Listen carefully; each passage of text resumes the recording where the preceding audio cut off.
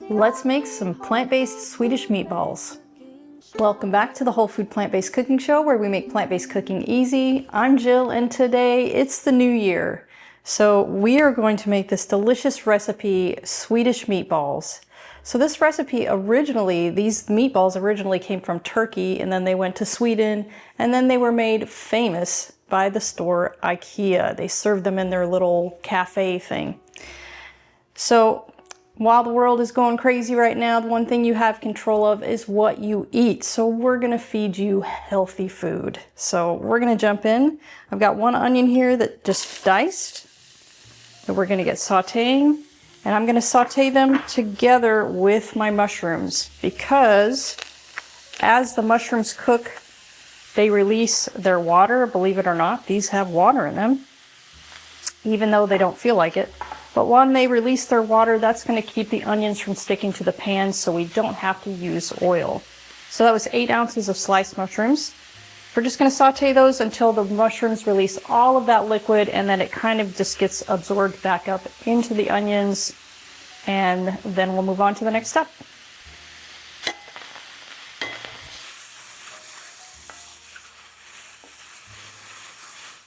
Okay, so now that those are done, I'm gonna add 2 cloves of minced garlic and my spices. So I've got 1 teaspoon of parsley, 1/4 of a teaspoon of allspice, and 1/8 of a teaspoon of nutmeg.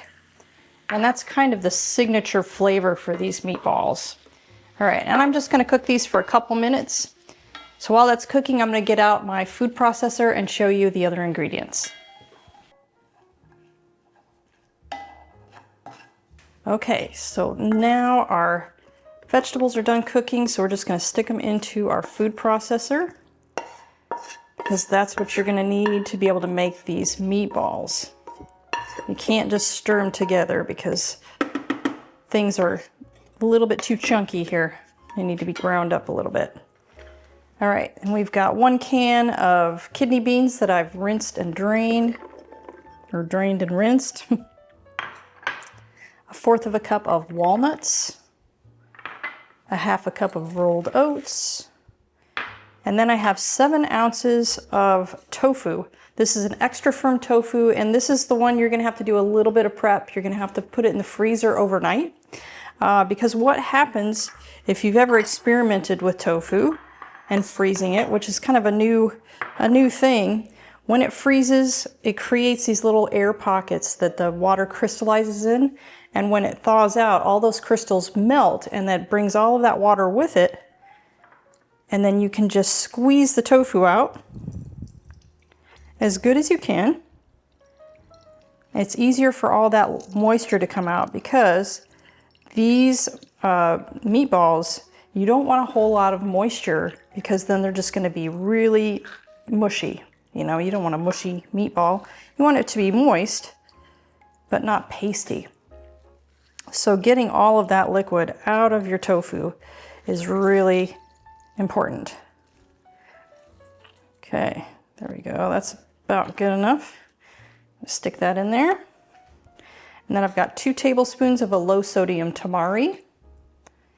Or you could use low sodium soy sauce or a miso. Those would work great too, or even Bragg's liquid aminos. 2 tablespoons of nutritional yeast. 1 tablespoon of flax meal. And then I have some water here that we're going to use later if this doesn't come together well. But I'm just going to keep that on the side. And then we're going to get some pepper in there. Probably about, 1/2 teaspoon or so. And then we're going to grind it up. Now the key to this, you don't want to overgrind these, because then it's going to turn really pasty. You should still be able to see little chunks of the food, like the kidney beans and the oats and the walnuts. It shouldn't just look like a uniform paste. So I'm just going to pulse it as it goes and then scrape down the sides as I go.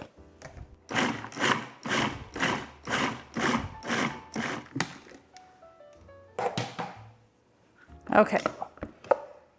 See, this is what you're going for right here. There's still some chunks of stuff that haven't blended up, but that's okay. If those are in the meatballs just as they are, that'll be just great.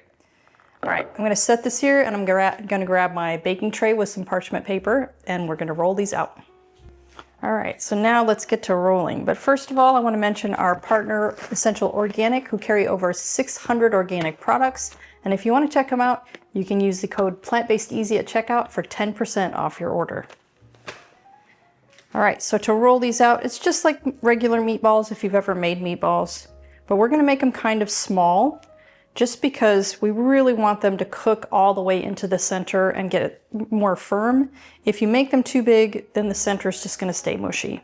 So you just roll them out, probably like, I don't know, a little smaller than a ping pong. And then if your hands start to get sticky, all you have to do is put just a little bit of water on your hands and keep rolling. So I'm gonna keep making this and I will show you when I get finished.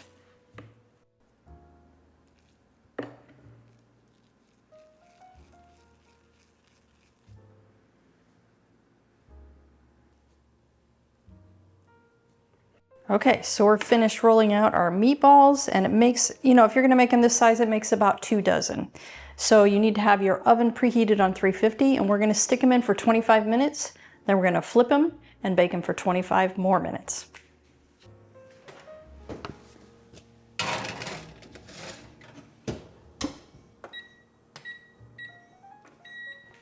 While we're waiting for that, I'd like to share some background on our show. The Whole Food Plant-Based Cooking Show is crowd-funded, which means these free weekly recipe videos, along with our entire catalog of free printable recipes on our website, plantbasedcookingshow.com, and our Plant-Based Cooking Made Easy cookbook series, are all made possible in part by the generous patronage of our supporting membership community. So if you love our recipes, I invite you to join us on our mission to make plant-based cooking easy, and follow the link in the description to become a supporting member today. There's no denying the plant-based diet is a nutrient powerhouse, but did you know there are a handful of hard-to-get nutrients even well-crafted diets are often lacking? The latest research suggests that complementing your diet with a few specific vitamins, minerals, and omega-3s will help boost your energy and keep you thriving for the long term. That's why my daily health routine includes Complement Essential. Complement Essential contains the 8 critical nutrients lacking from most plant-based diets in dosages optimized specifically for us. As a special discount for our viewers, just use code PLANTBASEDEASY at checkout to save 15% off of your order. Okay, so while your meatballs are cooking, we are going to make the sauce. This is such a delicious sauce. So we have 1 tablespoon of miso, but you could also use the tamari again. I just like the rich flavor of the miso. 2 tablespoons of nutritional yeast. Teaspoon of Dijon mustard.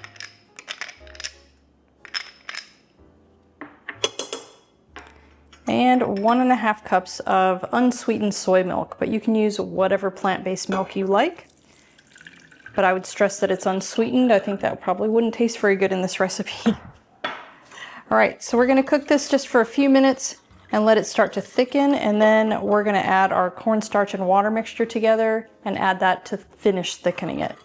But I would probably cook this on medium-high for about 5 minutes first.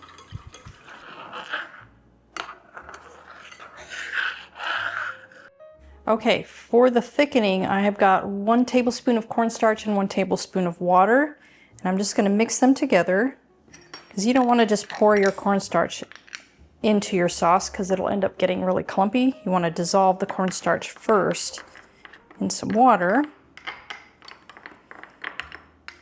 and then stir while you're pouring it in while it's still on the heat. And just keep stirring that until it gets a little bit thicker, and then we're going to add a bit of pepper to this too, probably about, maybe ½ teaspoon or so.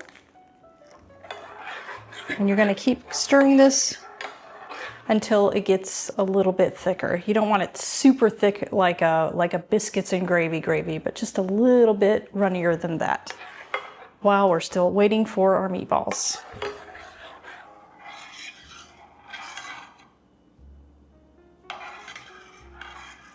All right, guys, our meatballs are done and our sauce is done if you want to come in and take a look.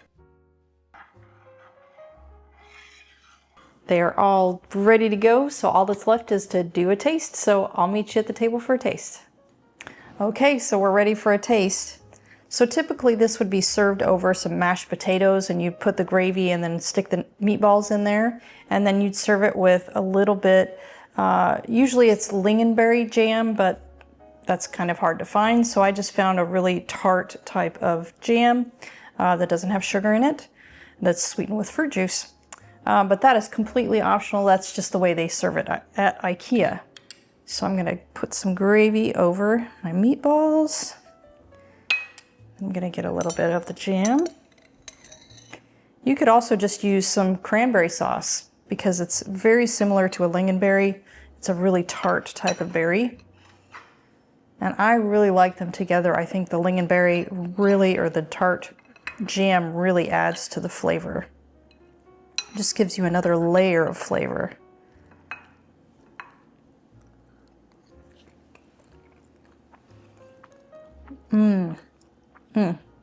Sauce is so creamy. Meatballs are chewy, and then you get that slight tang from the jam. Perfect.